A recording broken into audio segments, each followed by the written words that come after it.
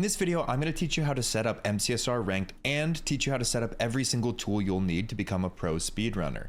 There is a little bit of yap from time to time, but I've included chapters, so if anything gets too boring or you already know the information, you can just skip to the next part. Okay, so the first thing you're going to need to do is install Java. Now Toolscreen, the mod we're going to be using later, only works with Java 17 up to Java 22. So just go for 17 just to be safe, which is the link I'll include.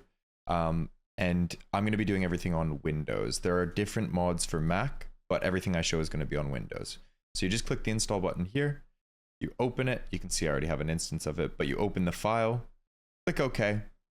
This is a legitimate Java source from Adoptium, so you don't have to worry about viruses and such, but do your research if you're worried. Then just go through the process. So next, accept, next, install for all users, and then just click next here. And then you can install. I already have one, so I'm not going to go through it, but you should just see it install. And once that's finished, we can move on to the next step. Okay, so the next thing we're going to do is install a launcher of your choice. I usually use multi-MC, but just for the demonstration of this video, I'm going to use Prism to show you a different one that you can use. If you're unsure of which one you need to download, go into your system information by just typing in the search system information.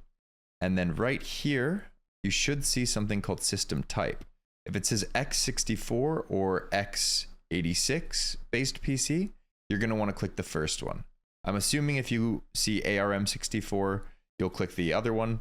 I'm pretty sure majority of Windows PCs are x64 in this day and age. So click the installer, not the portable. And then when that is installed or downloaded, you just click the install. You can keep all this stuff if you want. Check or uncheck start menu, desktop, all that sort of stuff. And then, yeah, just install it when you're ready. Click yes to anything that might pop up. And when you're finished, you can run it. Now you're going to log into your Microsoft account. So you can use the code or the sign in with Microsoft. I'll try to do sign in with Microsoft, but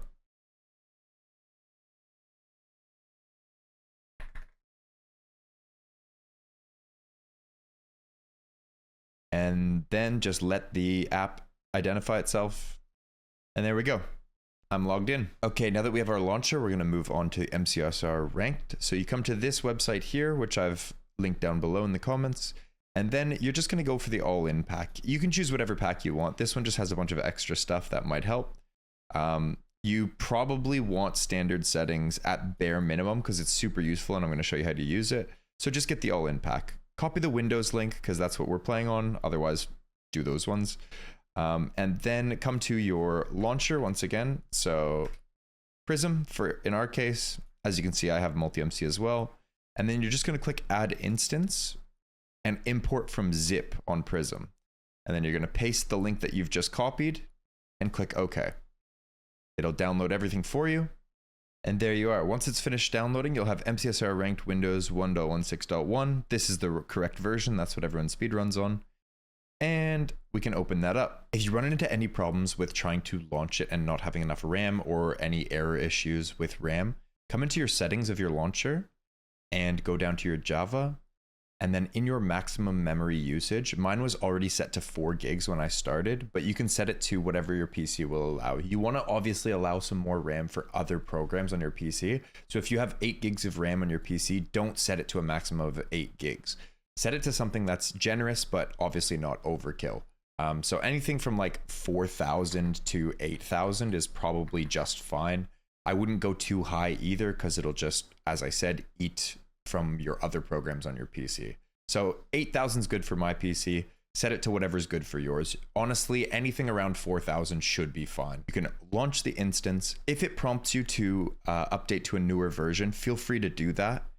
Sometimes the ranked mode releases an update and then just prompts you right here in this menu to do a new version. Just download that if that's the case, but it should look like this. If yours isn't full screen for some reason, if you only have it at like a quarter of the screen like that, you can press F11 to full screen, or in this menu, this is the ranked menu. So if you press escape, it'll bring you to the normal Minecraft menu, and you should see a couple new buttons as well. And then from here, you go options, video settings, scroll down and click full screen here if you'd rather do that. And that should make it full screen. But F11 should work just as well for you.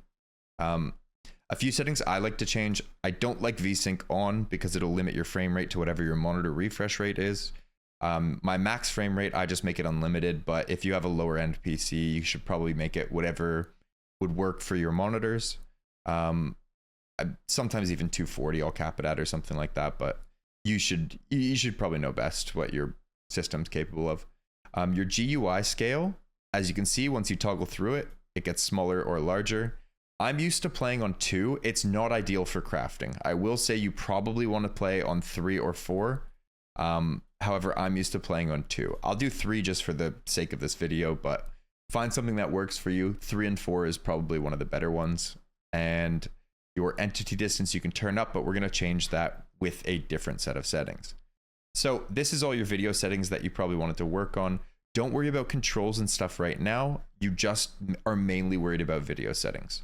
If you come into this book now, so if you're coming from the menu, this is something called standard settings. So what standard settings allows you to do is that every time you regenerate a world, it'll set all of your settings in that world to whatever you put it to.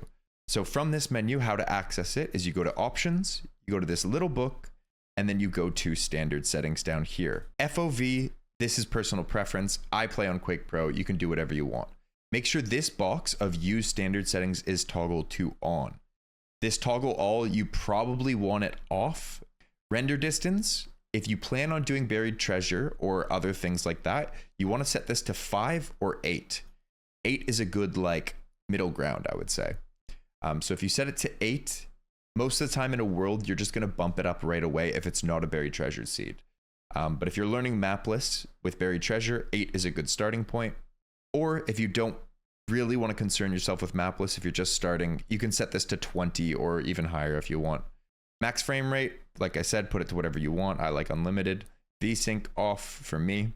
GUI scale, you're going to have to reset this or just turn it off like that, and then it'll change it every time. Brightness, I always just crank that up all the way. Clouds, you can change however you want it. Full screen on. Particles, you can do all that. This is another very important one. Entity distance, you want it up as high as it can go, 500. This is so that when you're trying to find a bastion, you need entities to be with like rendered to find that bastion using the scanning method. Entity culling, you want off. Not this one off, you want it off in the actual entity culling, because this is going to make sure that those entities in that distance don't get culled or taken out of rendering, basically. So your F3 menu will allow you to see it. Skin customization doesn't really matter. Music, do whatever you want. You can turn it off completely. Set this to like, I don't know, 72 if you want. Sensitivity, you want it on, but don't worry about it right now. We're going to change it in the notepad settings later. And this is just for Ninjabrainbot that you're going to need to set it to something specific. You can just leave it wherever it is, but we're going to change it in the options text file later, or a JSON file. Raw input and this sort of stuff, I'll talk more on that later. Auto jump, take it off if you want. Change all your keybinds. So I have a very, very specific set of keybinds, which I don't want to hear it. Just be kind to me. But yeah, pick block. This is good for one cycling. If you're just learning the game, your pick block button, you want it something that you can easily do. Most people have it on middle button, but I have a broken scroll wheel, so I've set it to a mouse button. I'll go over hotbar slots here. So 6, 7, 8, 9 are very hard to reach with my hands. I don't know if anyone else has gigantic hands and they can reach that on their keyboard, but for me, I find it hard. So instead, I just swap it to Z, X, C, V for the bottom ones, which allows me to still, with my left hand, hit those buttons. Problem with that is it overlaps here. So for these, I just click them and press escape because you're not using creative mode in ranked. So it doesn't matter. So you just clear those. You can just leave them as well and it shouldn't affect it, but I just clear them to be safe. Okay, now one of the most important settings in standard settings is the pi directory near the bottom. You can also just press Control F to search for it and type in pi, and it should bring you to this, and yours should just look like this, root dot. Now there's two different things you can put in here. The one most speedrunners, high level speedrunners will do is root.gameRenderer root.gameRenderer.level.entities, which will be in the description down below if you want to use this one. This one allows you to do the buried treasure and the stronghold preemptive. Now, if you're just learning, a little trick you could do to go here, you won't get buried treasure seeds when you're first starting out, which means more likely you'll reach the fortress before reaching the stronghold, meaning you'll need the fortress pie chart first. So a little trick you can do for that when you first are learning is put root.tick.level.entities.blockentities. Once again, this will be in the description with a little fortress tag next to it. So if we make it to the nether and check our pie chart, now you can see we have this one with the blue sliver, and this can be used to locate the fortress instead. So this is just a way, when you have so much on your mind and you're learning, this can be a quick way of saving you a little bit of time when you first started out. So that's just a little trick, but I will say, once you get better at the game, you're going to want to put it on that game renderer one that I was telling you about, because that's what's more likely to come first. And as you progress and get better at the game, you can press 0 to back through this map or through this pie chart, and you can just navigate through this pretty quickly as you get better at the game anyways. So the last thing you probably want to check is the extra options ranked one right here. Now, this one is very new to me. Shout out Sen for showing me this while I've looked at your video. But your FOV effects, this affects your screen warp when you're doing things like soul sand or potions, anything like that. So your FOV effects, I think 25% is probably decent. It's just personal preference once again. So usually the effects of soul speed are quite jarring. So if I'm sprinting through here, you can see how it warps it quite a bit. However, if we change this to 25, you can see it's nowhere near as bad. It won't affect your speed or anything like that, but it'll just allow you to maybe place blocks a little easier or anything along those lines. Okay, so next thing you want to do is get Toolscreen installed. Make sure your instance of Minecraft is closed, and then come to this GitHub, which once again will be down in the comments. The link, just make sure you're on the latest. If you've never used GitHub before, it can be a little bit overwhelming. So just make sure you have the latest. If you don't, click this blue thing that says Toolscreen in the top left. It should bring you to this page. Scroll down until you see something that says download the latest release, and you just go to that one.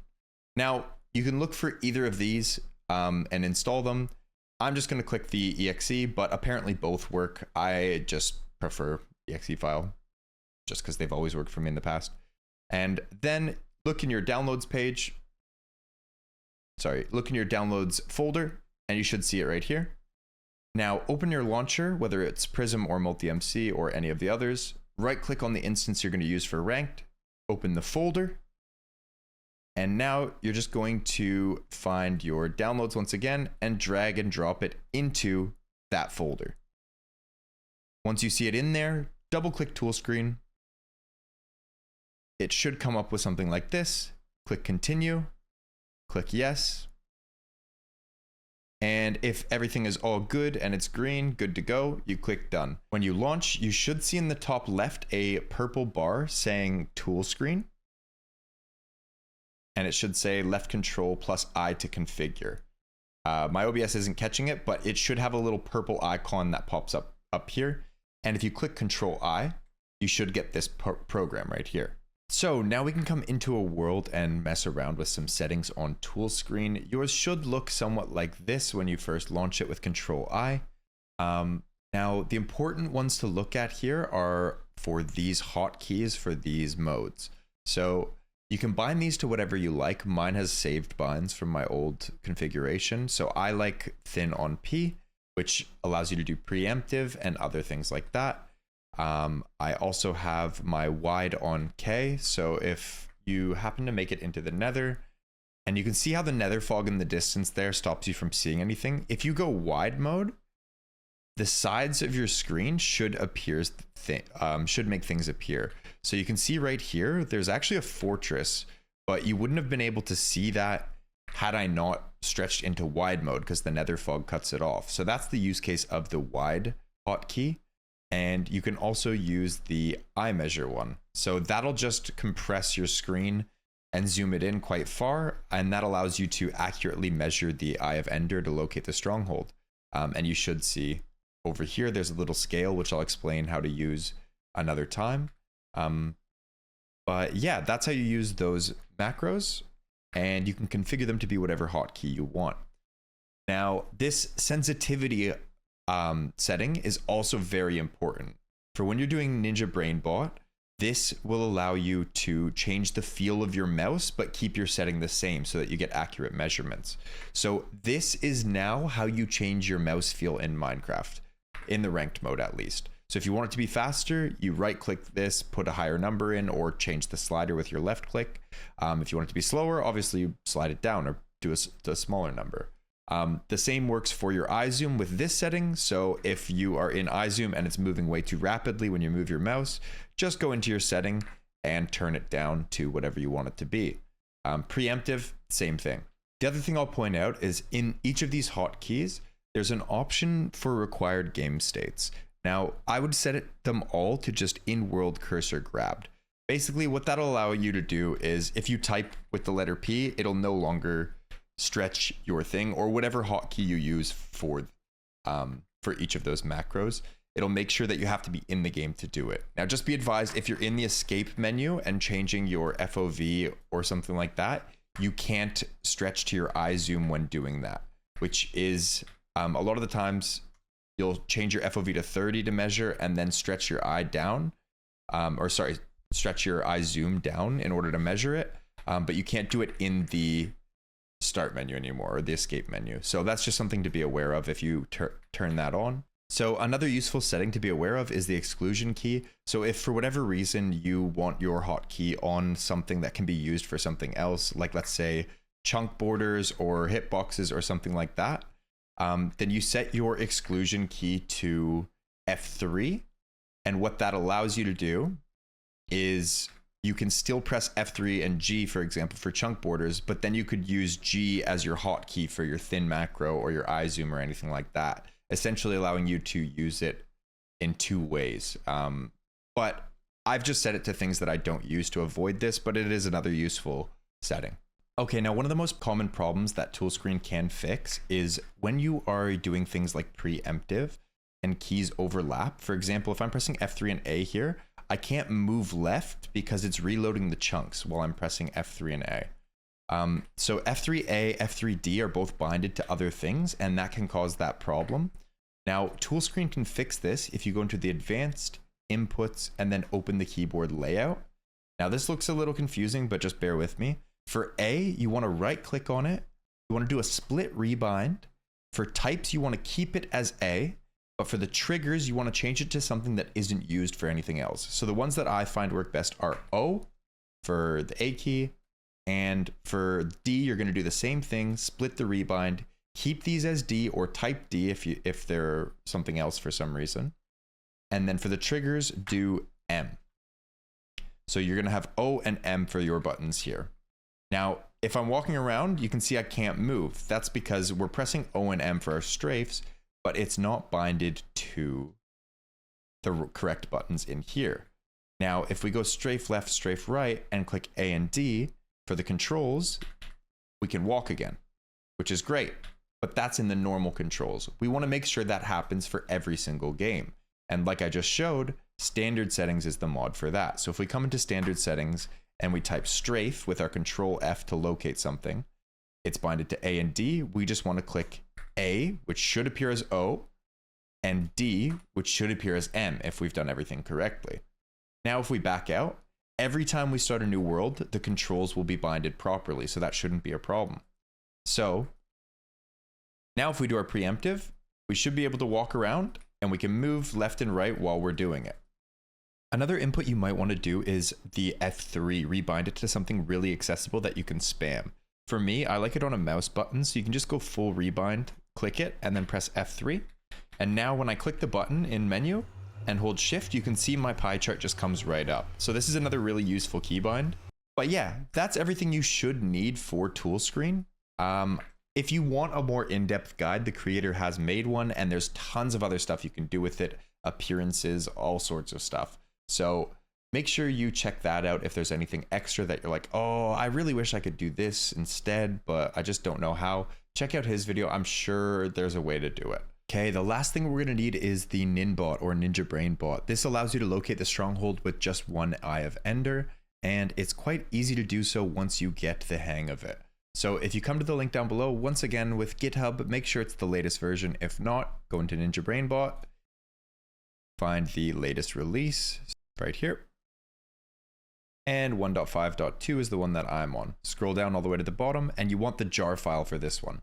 So you're going to click it, it's going to install.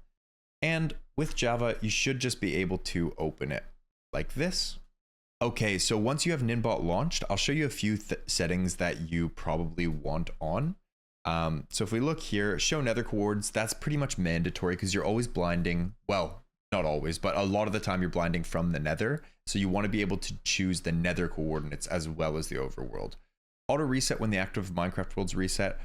This one is personal preference once again. I keep it on. The only thing you have to be wary of is if you ever die after you've gotten your stronghold coordinates, it will wipe this if you reset the world and like reset your run. Just press Ctrl Z and it should pull back the coordinates after it's wiped, if that ever happens to you. Always on top. I find this works better for your overlay in the game if you have this on, but if you don't have two monitors, this might be annoying to you. Translucent window, personal preference. I keep it on just so I can see through it when it's over top of my Minecraft. Notify when a new version is available. I would keep that on in case there's ever some groundbreaking update. 4.4 is what you want it on. It's more accurate. Detailed view type. Window size is whatever you want it to be. Usually I have mine on medium, but for the demonstration, I'm going to keep large. Minecraft version, once again, very important. We're speedrunning on this version 1.16.1, so you want to make sure the left one's toggled. If you're doing modern day speedruns, you toggle to this and it should change a few things up, but this is the one we're using and it does work in modern day. I've tested it. Advanced, you can copy these settings here. Standard deviation, probably 0.03 is a decent one. You probably don't want the toggle on. This stuff, not very important. The theme, make it whatever you want. I usually just keep it on like blue. Hotkeys. This you can set to whatever you want. The only hotkeys that you really need are the reset in case you ever manually want to reset or you've gotten a wrong measurement or something like that. Changing your angles by plus 0.01 or minus 0.01. I have these just to my equals and my minus up top or hyphen. And then undo redo, I keep this the same because these are pretty standard for any Windows programs. So Control Z or Control Shift Z for undo redo. Like I mentioned before, undo is very important if you're keeping this setting on where it auto resets. In case you ever reset a run after dying, you want to be able to backtrack it. OBS overlay, don't worry too much about it because we have Toolscreen now, so it's not very important. Language, whatever, I mean, that's pretty self-explanatory. All of these warnings, I keep them on in case you ever mess something up. It's nice to know about it before running to the stronghold, and your all advancements run is something that I haven't done before. If you do all advancements, then look into that. Angle adjustments. So number of adjustments and tall resolution is what you want to put it on. This is just to do with your eye zoom. Boat measurement. You're going to put your sensitivities in that I'm about to show you how to find. So you want to enable your boat measurements. You want default boat mode to be green boat because this is the one that allows you to do the one eye. And then put these numbers in. So for allowable boat angle error, 0.03, like we did with the other standard deviation. And for standard deviation for boat throws, 0.0007 should make it as accurate as possible. So for the sensitivity, you're going to put in, I have numbers from an older time where you had to do DPI changes and stuff like that. For your sensitivity, you're going to put in this number, which once again, I'll just put this in the comments, but you're going to put this number in your sensitivity. Now from there, you're going to go into your launcher. So for me, it's Prism. You can close out of this now. It should just autosave. So you can close out of this. We'll close Ninbot as well for now. And then you're going to go to your instance. you're going to open the folder, Minecraft, and open your options.txt. In your mouse sensitivity in the options.txt, you're just going to paste it and press save. As a backup, what I suggest you do is look in the config folder, MCSR, and you're going to look for standard settings.json. Open it with your notepad. If you don't have notepad, you can also use an online JSON editor. And then you're going to search for, with Control F, you're going to look for mouse sensitivity. So right here, I have an enabled to false value 0.00. You can change that value to what it was before. You paste the number in and click save. Now this is just a backup and I'll explain what it actually does. So if we launch this now, so now here we are again. And if we come back to our standard settings, what we just did by opening that standard settings JSON file is that if we ever accidentally change our sensitivity in standard settings to be on, it should automatically update to that. Now, this is one that you probably just want to keep off, because if we open our options in our controls now and look for our mouse settings sensitivity, it's around 4%, that's the number that we put in with that 0.02. So if you ever accidentally put the standard settings on, that JSON file should correct automatically to the number that we just put in. Now, the last thing I'll show you about Ninbot that is optional is the window on top and how you can make it nice and compact, but give you all the information you might need.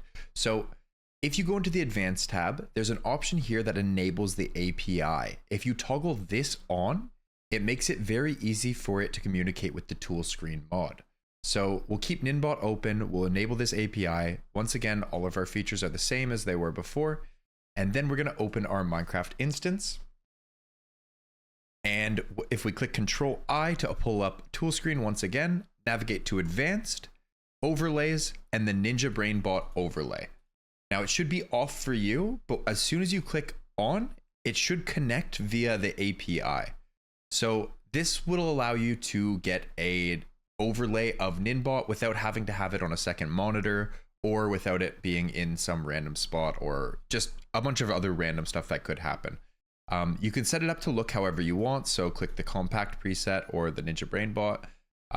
Just to make it easier for you to set up where you want it, you can click always show for now and you should see it just appeared in the top left. I like this compact one. I haven't used too much of it yet, but I'm going to start. So this is a very cool one. You can change all the colors and the aesthetics of it. So if you want to customize it to be pink or anything like that, you're more than welcome to do so.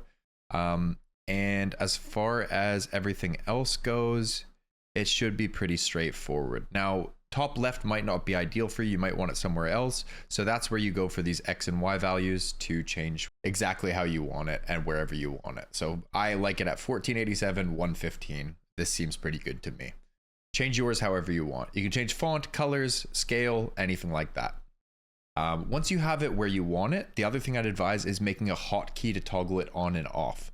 So if you finish in the stronghold or you get to it and this hasn't disappeared for some reason, I've just set mine to the full stop and it'll allow it to appear or disappear if you click that button. So now in a fresh world, I'm going to show you how to do boat eye, which is finding the stronghold with one eye, and try to explain the things that can happen to you that might mess you up when you first start. Your sensitivity and everything should be perfect at this point, so that shouldn't be the problem. Now, if it is, if you're still not reliably able to get a boat eye, then you might just want to revisit all the steps that I've shown with your sensitivity and all that sort of stuff, because that could be what's hindering you. So for boat eye, you want to find a nice flat area. A lot of the time you won't have an option because you'll have a nether portal and it'll put you on top of a tree or something crazy. But just find as flat of an area as possible. Or to be honest, a lot of the time you can use the nether portal itself. So let's say you've just come from the nether for your blind, just basically build right up on it and just put your boat on top and get in. But just for the ease of demonstration, I'll show you how to do it. So flat ground, you place your boat, you want to get into the boat, and without moving your mouse at all, this is very important. You want to get out of the boat, and now you can move your mouse. You want to look down, throw the eye, and follow it in the direction that it's gone.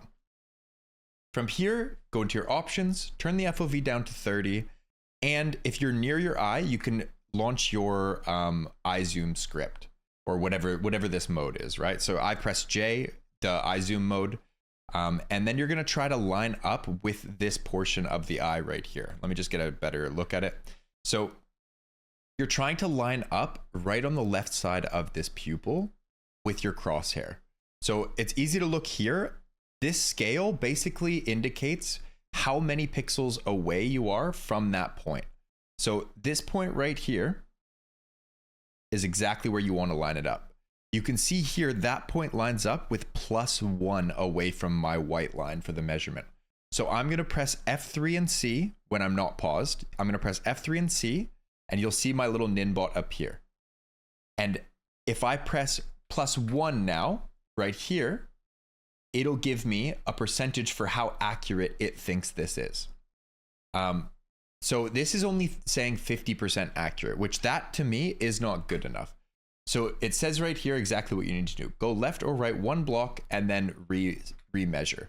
So if we walk to the left 1 block, throw another eye, and once again, it doesn't have to be perfectly 1 block. It can be 2. It can be like, it's not exactly 1 block, but try to keep it as close as you can.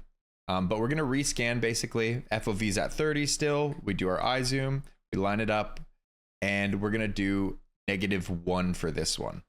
So we F3C one more time, and then -1, which once again is indicated by this little red -1. We do that with our hotkeys that we set before in Ninbot.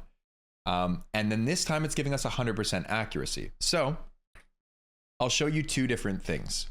So location is -1980, -1372. If you want to just double check a lot of times and keep creating worlds, type /locate stronghold and press enter. This should be off by 4 blocks. So -17 or 1976 and -1368 is 4 blocks off of both of these. That's just because it measures, the game measures differently than Ninbot does. But what I think is more important is probably the nether coordinates, because as I said, you're usually doing this once you've blinded from the nether. And you travel a lot quicker in the nether. So in a speed run, you'll run back in here and you'll try to go to these coordinates immediately. Now, something I'll point out here, which is helpful, this number right here that I'm hovering is an angle. So this angle, if you can match it to this angle and run in that direction the second you walk through the portal, you should be able to get to these coordinates very quickly. So just to show you that, we'll go 128. So we'll spin until 128-ish, 128.30. So this is perfectly on, but you could be a little bit less. Like you could just go, oh, it's northwest, and I'm going to run in the northwest direction until I get there. But this angle that I've just shown you is one of the more accurate ways to do that. So if we go 128 and fly in this direction, obviously there's terrain in the way, which you'd have to navigate. I'll go spectator mode just to show you. But yeah, 128-ish and fly in this direction. And we're looking for -248, -172. So we should hit it somewhere around here, right? So that's how you would do it if you were in an actual run. So -248, -172 right here. The other thing I'll point out is the Y coordinate. Right here, the middle number, you want this below 40 when you're about to blind into the stronghold. It's got to be below 40, this Y coordinate, for the best chance of hitting it. So we'll make our portal here. Forgive me if I double press like I usually would and spam click, I'll start flying. So this is going to look like a scuffed portal, but now just double check your coords, 248, 172, and boom, I spy, we're right in the stronghold. Just to double check, if we go to the starter right here, this is the starter staircase, or it should be at least. Yep, this is the starter. If we go to the middle block of the starter, you can see -1980, -1372, which is the exact location of the overworld coordinates we get. Okay, now that we have everything set up, you just have to practice. And if you come to this link in the description, minecraftspeedrunning.com, with the maps, it'll give you a bunch of practice maps that you can use to work on specific portions of your run. This MCSR practice map just includes blanket for everything you might need to learn. So if we click that and go to the GitHub, and then scroll down and click on the zip file, it should download the zip. Now, if we go into our downloads, you'll see the zip file here. You can just right click on it and extract all. And once it's extracted, look for just the normal folder, not the zip. Now go into your launcher, right click on it, click Folders, Minecraft, Saves, and then from your downloads, you just drag that normal folder into the saves. Now you can launch your instance, and once we're in, you just go back to the main menu, go to single player, and you should see your map that you've just installed sitting right there. So now once you're in here, you can just practice anything you want. So if you Fortress, Bastion, so let's go to Bastion. I'm very familiar with this one, and if you've watched any of my videos, you should be as well. But basically, yeah, you can choose any specific bastion, choose the settings, go into the bastion settings and change if it's a triple chest or whatever like that. You click the button to start, and you can just start speedrunning through this. All right, hopefully I've covered everything. If you have any questions, feel free to leave them in the comments. And if this video helped you, I'd all subscribe. Good luck in your runs.